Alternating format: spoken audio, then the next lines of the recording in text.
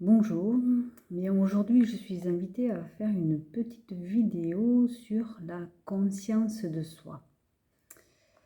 Alors qu'est-ce que c'est la conscience de soi? Écoutez, je vais découvrir en même temps que vous parce que je n'ai pas préparé, c'est une guidance en direct. Alors avoir conscience de soi, c'est déjà comprendre que l'on n'est pas fait uniquement de ce côté du mental, de ce côté qui a tendance à nous dominer dans cette société, dans ce mode de fonctionnement que l'on a. Et ce fonctionnement-là, il néglige une autre part de nous qui est peut-être plus profonde, qui a du mal un peu plus à s'exprimer. Et l'idée, c'est de venir mettre de la conscience là-dessus, de comprendre que le mental a son rôle à jouer. S'il est là, ce n'est pas par hasard, c'est qu'il a un rôle, il a quelque chose à nous apporter. Seulement, ce n'est pas à lui de tenir les rênes. Ce n'est pas à lui de mener notre vie de façon exclusive. Il est important de revenir à ses ressentis, à l'écoute de soi, à l'écoute de son corps, de ses émotions, pour permettre à l'autre part de nous, plus enfouie, de venir s'exprimer. Alors vous pouvez l'appeler comme vous voulez, je ne sais pas, esprit, âme, soi profond, ça peut être aussi quelque part l'enfant intérieur. Mais c'est cette part-là qu'il faut arriver à laisser s'exprimer. Alors, il ne faut pas négliger cette part du mental parce que c'est de là que découlent les peurs, les doutes, mais aussi les croyances, tout ce que l'on peut avoir mis en place, plutôt de manière consciente. Il y a d'autres croyances qui sont plus profondes, plus dans ce côté inconscient. Donc il faut arriver à les différencier. C'est important parce que les croyances que l'on a mis en place avec notre mental, nous sommes capables nous-mêmes de venir y porter un regard dessus et on peut arriver à les changer. On peut arriver une fois qu'on s'est rendu compte que c'est une croyance que l'on a, on peut arriver à la modifier et à croire en autre chose. Et alors ça fait du lien, on m'envoie là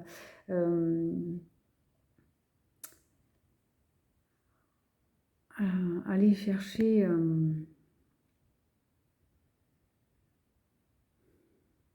quand on discute avec quelqu'un, ou quand quelqu'un nous dit quelque chose, de prime abord, on a tendance à vouloir rester sur nos positions parce qu'il y a une part de nous qui ne veut pas changer ce qu'il croit, ce qu'il pense. Et l'idée, c'est d'arriver à prendre du recul. J'entends, j'écoute ce que tu me dis. Toi aussi, écoute ce que je te dis. Et chacun de notre côté, voyons ce qui résonne, ce qui nous parle dans ce que l'autre nous dit et qui peut venir mais nous être bénéfique. Ça peut venir nous aider à peut-être changer une croyance aussi. Voilà, il y a du lien avec ça. Il y a du lien avec l'idée de la relation aux autres et cette idée qu'il faut quelque part avoir raison, qu'il faut que c'est comme une forme de lutte, la relation aux autres, alors que ce n'est pas du tout ça.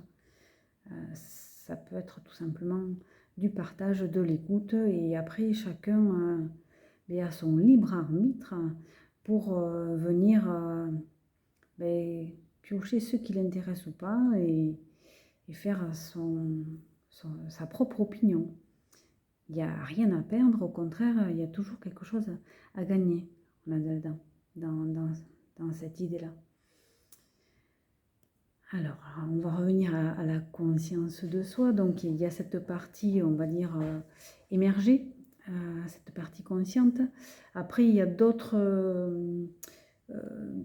croyances, d'autres standards qui sont un peu plus profonds.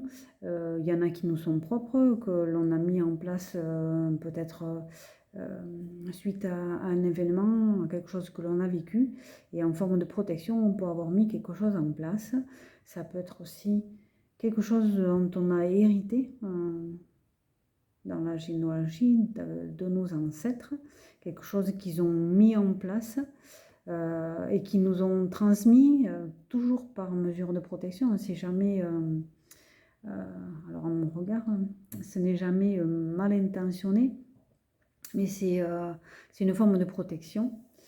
Et il y a aussi également ce qui nous appartient, mais pas de cette vie, d'une autre vie, d'une vie karmique, quelque chose de non résolu, quelque chose que l'on a encore à travailler dans cette vie-là. Et donc dans ces choses héritées ou plus profondes, c'est souvent nécessaire de venir se faire aider. Voilà, je l'ai déjà évoqué dans une précédente vidéo.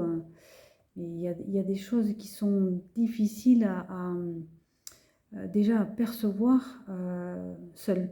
Il y a besoin d'une aide extérieure pour pouvoir y mettre de la lumière dessus.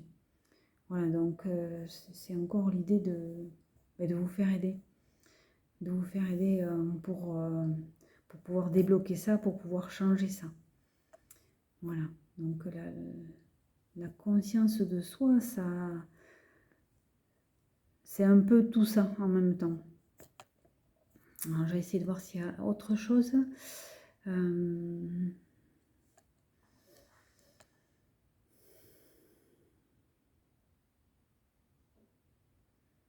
Il y a toujours l'idée, pour pouvoir contrebalancer ce mental qui prend beaucoup de place, mais déjà d'avoir la conscience de ça, encore une fois, on en revient beaucoup à ça aujourd'hui, mais il y a, ouais, il y a cette part où et oui, on est acteur de notre vie, et prendre conscience de certaines choses, c'est important, et ça aide à aller mieux. Voilà, pour faire simple. Je me suis un peu perdu le fil.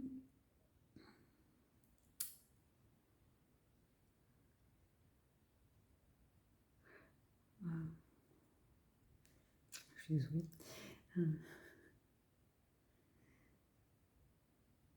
Ouais, donc l'idée, c'est quand même de revenir à ces ressentis. Désolée, j'ai perdu le fil là.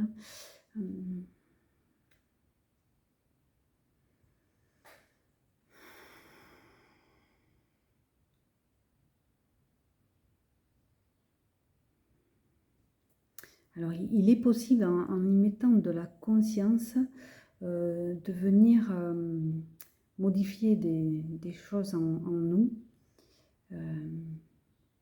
des croyances, des comportements. Et c'est nécessaire de passer par le ressenti. Et donc oui, ce mental qui prend beaucoup de place, et déjà il faut en avoir conscience. Et quand on voit que ça galope beaucoup, essayer de revenir à soi dans le temps présent, donc par le ressenti du corps, les cinq sens, qu'est-ce qui se passe autour de moi, qu'est-ce que j'ai autour de moi, qu'est-ce que je sens, qu'est-ce que j'entends, même sur ma peau, mes vêtements, sur la peau, le tissu, un petit vent qui passe, voilà, tout ça, ça permet de venir se raccrocher au temps présent. Voilà. Et quand vous êtes en train de faire quelque chose de concret à la maison ou au travail, être à 100% à ce que vous êtes en train de faire.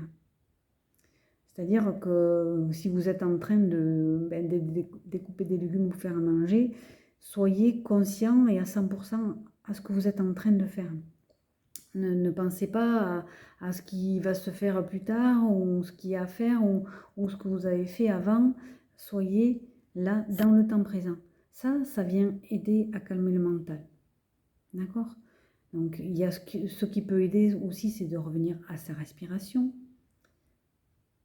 Ça revient aussi quelque part à ses ressentis. Donc je sens l'air qui rentre dans mon corps, qui se diffuse et je le sens sortir. D'accord? Ce sont des petites choses qui sont aidantes. Ça rejoint l'idée aussi dont j'ai déjà parlé de travailler son ancrage tous les jours. Voilà, ce sont des choses que l'on peut faire tous les jours en étant conscient de ce qu'on fait. Et ça permet petit à petit de faire reculer le mental, de le remettre à sa juste place. Il a son rôle, par exemple, il peut nous aider à penser à faire quelque chose plus tard, si besoin. Et la petite astuce que personnellement j'utilise, c'est mais je te fais confiance, fais-moi penser à faire cette chose à un moment où je peux le faire. Parce que le mental, c'est un petit coquin, il va peut-être vous rappeler de faire la chose au moment où vous êtes sous la douche, par exemple, mais vous ne pouvez pas le faire. Donc c'est bien lui dire, voilà, je te fais confiance, rappelle-moi de faire telle chose au moment où je pourrai le faire. Voilà. Donc, pêle-mêle, voilà, encore une fois, ce sont des petites choses qui peuvent venir vous aider au quotidien. Voilà, c'est important, au quotidien. Mais qui peuvent vraiment améliorer votre qualité de vie, votre mieux-être. Voilà. En calmant le mental, en arrivant à ralentir, ça aussi c'est important, à ralentir, à se poser, à se déposer. Là peuvent émerger des choses que vous avez besoin de savoir. Vous avez peut-être des questions que vous vous posez. Et tant que le mental, il mouline, il court au grand galop, vous n'aurez pas la réponse. Ou alors elle va être perdue au milieu d'autres et ça sera difficile d'avoir la conscience que c'est celle-là la bonne. Si on ralentit, si on calme le rythme, ça permet à ces idées-là, à ces... Des fois c'est des prises de conscience, des fois c'est des... Ah oui, c'est ça, je me posais la question et d'un seul coup, j'ai la réponse. J'ai la réponse parce que j'ai réussi à calmer le brouhaha dans ma tête.